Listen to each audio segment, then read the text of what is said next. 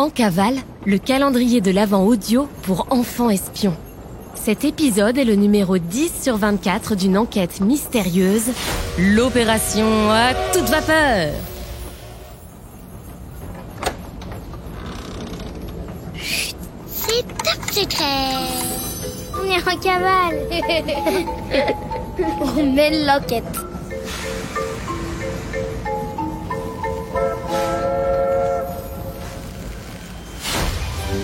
Cet hiver, la ville d'Illusio vous accueille à bras ouverts à l'occasion du plus beau marché de Noël de toute la région. Spécialités locales, spectacles familiaux, décorations féeriques. Tout y est pour passer un moment merveilleux. Plus des renseignements à l'Office du tourisme d'Illusio, ouvert 7 jours sur 7. La ville d'Illusio soutient l'Académie des enfants espions dans cette enquête mystérieuse. Que de surprises et de révélations. Astro a découvert une pièce secrète dans le wagon bibliothèque. L'agent Jean Jacasse lui a révélé qu'il était le garde du corps de Sacha depuis sa naissance. Et un étrange personnage, à l'accent britannique, a fait une proposition tout aussi loufoque. On dirait bien qu'une rencontre s'organise.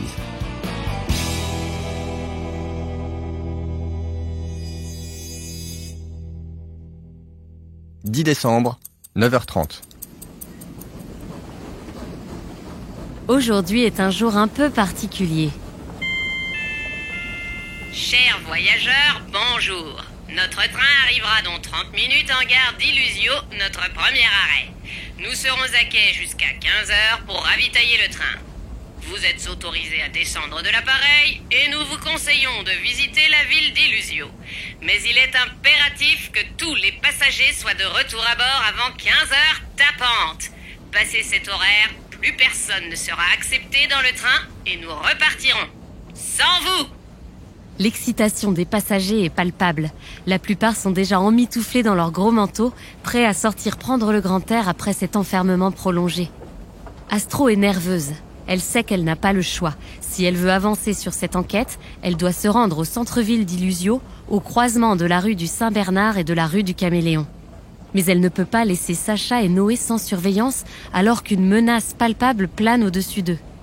Pour les protéger, elle a inventé une drôle d'excuse pour les faire sortir du train en même temps qu'elle. Le plus beau marché de Noël du monde. Vraiment, tu n'exagères pas un peu, Astro? Oui, le plus beau. N'est-ce pas, Jean Jacasse? Sacha et Noé n'ont pas l'air de soupçonner cet oiseau d'être en réalité un agent espion. J'ai préparé un petit sac avec tout ce qu'il nous faut.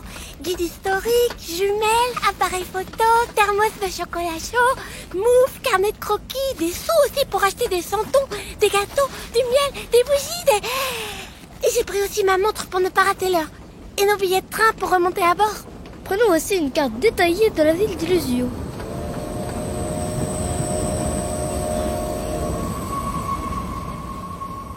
« 10 décembre, 10h. Le Transmerveilleux Express s'arrête enfin en gare d'Illusio.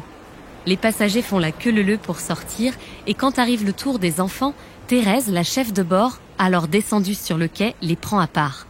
Les enfants, cette ville est particulière. Faites attention à ne pas vous perdre. Et à ne pas oublier l'heure. Elle regarde Astro droit dans les yeux de façon assez insistante, presque gênante, avant de lui fourrer un petit étui en velours entre les mains. Et prenez cette montre, Astro. Regardez l'heure. Régulièrement, c'est important. Bien, Madame Thérèse. 10 décembre, 12h30, à Illusio. Cela fait 2 heures que les 3 enfants et l'oiseau se promènent dans le centre d'Illusio et l'ambiance du marché de Noël sous le chapiteau rouge est fantastique. Pourtant, Astro reste concentrée sur son objectif, se rendre sur le lieu exact du rendez-vous reçu hier, à l'angle de la rue du Caméléon et du Saint-Bernard. Je meurs de faim. Il paraît qu'il y a un petit café très sympa au coin de la rue du Saint-Bernard, à quelques mètres à peine. On y va? J'ai juste une course à faire qui ne prendra qu'1 minute. Allez vous mettre chaud au café, je vous rejoins vite. Sans attendre leur réponse, Astro s'engouffre à l'angle de la rue du Caméléon et commence à observer autour d'elle. La rue est calme, il n'y a personne. Bon sang, ça devrait être là pourtant. Elle ressort l'enveloppe de sa poche et remarque le logo Caméléon dessus, le même que sur la boîte aux lettres juste en face d'elle. Bingo! Elle s'approche doucement de la boîte, la touche, la tâtonne et décide instinctivement d'y insérer son enveloppe.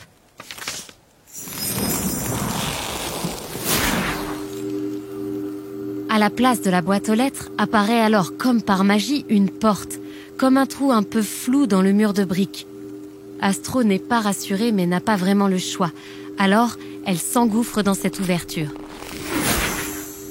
10 décembre, au coin de la rue. Pendant ce temps, Jean-Jacques et Noé se sont installés au café du coin, mais Sacha a préféré aller à la rencontre d'Astro. Au détour du pâté de maison, elle la voit passer à travers un mur.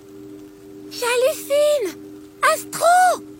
Ni une ni deux, sans réfléchir, elle court vers la porte dans le mur et s'engouffre elle aussi à l'intérieur de l'ouverture avant que celle-ci ne se referme. À 50 mètres de là, dans le café, Jean-Jacques et Noé se demandent bien ce que les filles trafiquent. Elles ont disparu. Il faut qu'on retourne à la gare prévenir Thérèse de stopper le départ du train. On ne peut pas partir sans elle. 10 décembre, 3 heures plus tard, sur le quai de la gare. Arrivé sur le quai de la gare à 14h50, il n'y a rien à faire pour convaincre Thérèse. Mais enfin, Madame Thérèse, on ne peut pas les laisser tomber, les abandonner. Thérèse échange de longs regards entendus avec l'oiseau. Désolé, jeune homme. Les règles sont les règles et le train doit repartir à l'heure. L'heure s'est écoulée, le coup de sifflet retentit. Noé et Jacasse montent à bord, les portes se referment et la locomotive se met en marche. Jean Jacasse file déjà en direction du wagon bibliothèque alors que Noé peste dans la cabine. Noé comprend un roucoulement un peu idiot qui en réalité veut dire Il faut absolument donner l'alerte à l'Académie des enfants espions. Eux seuls peuvent les aider. Ouvrez la case 10 de votre dossier d'enquête. Il se peut que la procédure d'urgence vous propose d'appeler un numéro de téléphone. À vos risques et périls, n'oubliez pas de placer votre curseur de temps sur le jour 10. Nous reprendrons contact avec vous demain pour la suite de l'enquête. Bonjour les enfants espions, c'est Simone. Aujourd'hui, je vais vous parler du train de nuit. Prendre le train de nuit, c'est super, car on voyage en dormant. Le temps passe plus vite et quand on arrive, on est déjà prêt pour les vacances. Dans ces trains un peu particuliers, c'est très rigolo de dormir. En fonction de votre billet, vous pouvez dormir dans un siège très confortable, comme dans l'avion, ou bien dormir dans un vrai lit, dans une cabine réservée. La compagnie ferroviaire vous fournit un oreiller, une couette, ainsi que de l'eau, des mouchoirs et parfois même des bouchons d'oreilles. C'est encore mieux qu'à l'hôtel. Si vous n'avez pas envie de dormir, vous pouvez allumer la petite lumière et lire un livre ou résoudre une enquête en cavale. Le matin, avant d'arriver à la gare, un petit déjeuner est servi. Puis, c'est l'heure de descendre du train pour rejoindre le vrai lieu des vacances. Pendant que les passagers dorment, le conducteur doit rester bien éveillé.